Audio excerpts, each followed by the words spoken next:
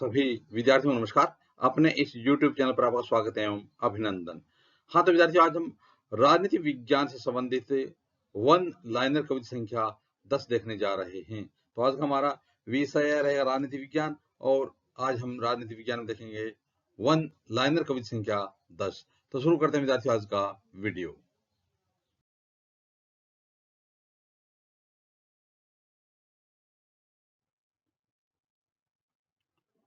हाँ, तो विद्यार्थियों, आज की कविता का हमारा पहला प्रश्न है, संविधान निर्माताओं के मनोभाव और आदर्श किसमें प्रतिबिंबित होते हैं। यानी जो हमारे भारतीय संविधान निर्माता थे, उनके जो मनोभाव हैं और जो उनके आदर्श हैं वो किसमें प्रतिबिंबित होते हैं, किसमें दिखाई देते हैं। तो इसका उत्तर हो जाएगा उद्देशिका में दिखाई देते हैं, या भारतीय संविधान निर्माताओं के मनोभाव और आदर्श उद्देशिका में प्रतिबिंबित होते हैं। तो देखिए विद्यार्थियों, यदि संविधान के किसी मंतव्य का स्पष्टीकरण नहीं हो पाता है तो उस समय उद्देशिका निर्णायक भूमिका निभाती है। कौन है? उद्देशिका निर्णायक भूमिका निभाती है। तो इस प्रकार से संविधान निर्माताओं के मनोभाव और आदर्श उद्देशिका में प्रतिबिंबित होते हैं। हाँ, तो विद्यार्थियों, आज की कविता का अगला प्रश्न है, संविधान का कौन सा भाग नागरिकता के प्रावधानों से संबंधित है। संविधान का कौन सा भाग है वो नागरिकता के प्रावधानों से संबंधित है। तो देखिए विद्यार्थियों, इसका उत्तर हो जाएगा संविधान का भाग 2। यानी जो संविधान का दूसरा भाग है वो दूसरा भाग किससे संबंधित है? नागरिकता से संबंधित है। तो देखिए विद्यार्थियों, अनुच्छेद 5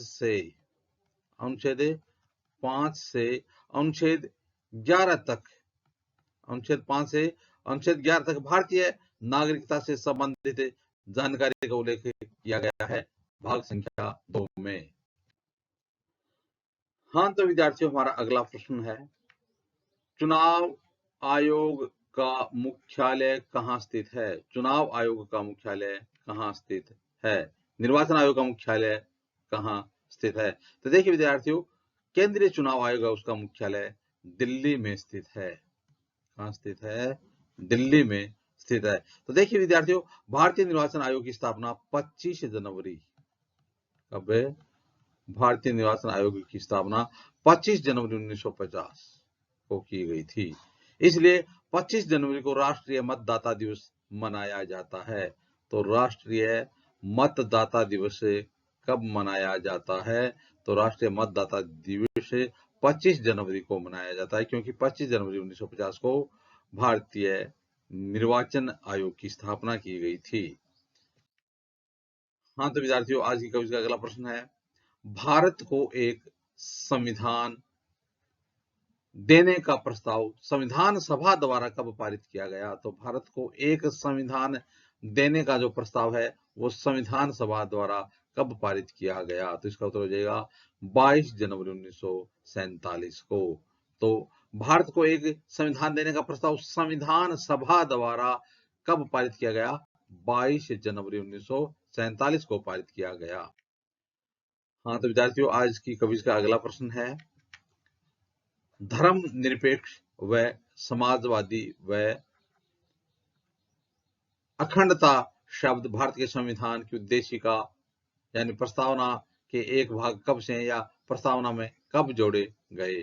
धर्मनिरपेक्षता, समाजवादी व अखंडता शब्द है वो भारत की संविधान की उद्देशिका के कब से एक भाग है या कब इनको जोड़ा गया। तो इसका उत्तर हो जाएगा 42वें संविधान संशोधन के द्वारा भारतीय संविधान की उद्देशिका में धर्मनिरपेक्षता, समाजवादी व अखंडता शब्द जोड़े गए। तो देखिए विद्यार्थियों, धर्मनिरपेक्ष, समाजवादी, अखंडता शब्द है वो 42वें संविधान संशोधन 1976 42वें संविधान संशोधन 1976 के द्वारा जोड़े गए।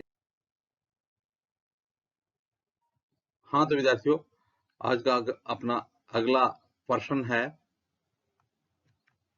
नागरिकता प्राप्त करने के लिए शर्तें निर्धारित करने वाला सक्षम निकाय कौन सा है।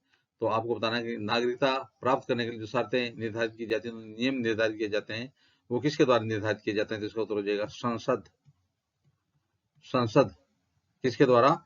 संसद के द्वारा। तो देखिए विद्यार्थियों, संसद को यह अधिकार है कि वह नागरिकता के अर्जन और समाप्ति के तथा नागरिकता से संबंधित अन्य सभी विषयों के संबंध में नियम बना सकती है, कानून बना सकती है। नागरिकता अधिनियम 1955 में नागरिकता के अर्जन तथा समाप्ति के बारे में विस्तार से उपबंध किया गया है।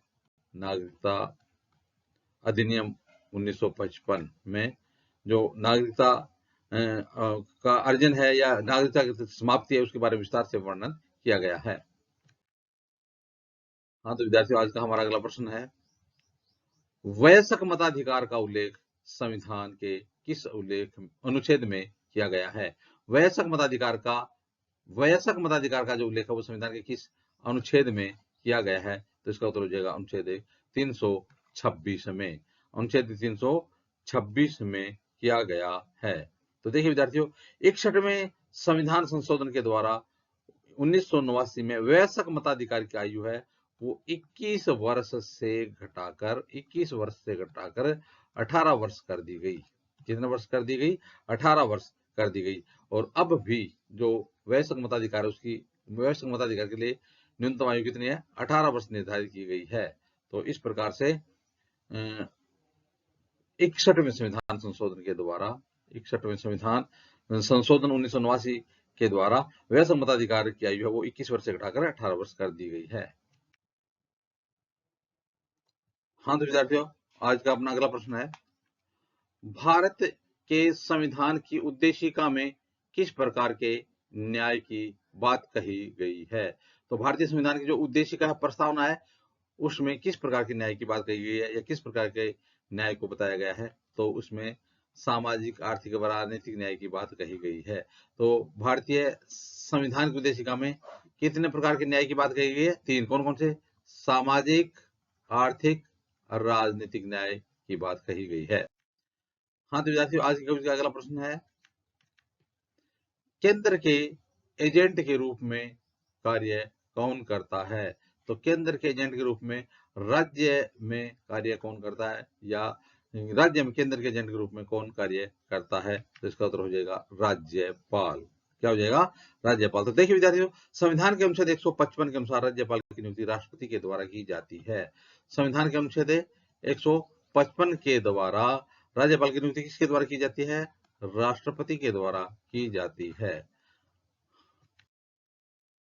हाँ तो विद्यार्थियों, आज की कविता का अगला प्रश्न है, भारतीय संविधान के किस भाग में मौलिक अधिकारों का उल्लेख किया गया है? भारतीय संविधान के किस भाग में पूछ रहा है, किस भाग में मौलिक अधिकारों का उल्लेख किया गया है? तो इसका उत्तर जाएगा भाग संख्या 3 में। भाग संख्या 3 में मौलिक अधिकारों का उल्लेख किया गया है। देखिए विद्यार्थियों, मौलिक अधिकारों का उल्लेख है वो अनुच्छेद 12 से 35 तक किया गया है। तो मौलिक अधिकारों का भारतीय संविधान में उल्लेख भाग 3 में किस अनुच्छेद तक किया गया है? अनुच्छेद 12 से लेकर अनुच्छेद 35 तक किया गया है। तो इस प्रकार से विद्यार्थियों, आज हमने राजनीति विज्ञान से संबंधित वन लाइनर क्विज देखी। आगे आने वाली वीडियो में भी इसी प्रकार से हम राजनीति विज्ञान संबंधी अध्ययन सामग्री देते रहेंगे। आप भी अपने इस YouTube चैनल के साथ बने रहिए। वीडियो देखने के लिए धन्यवाद।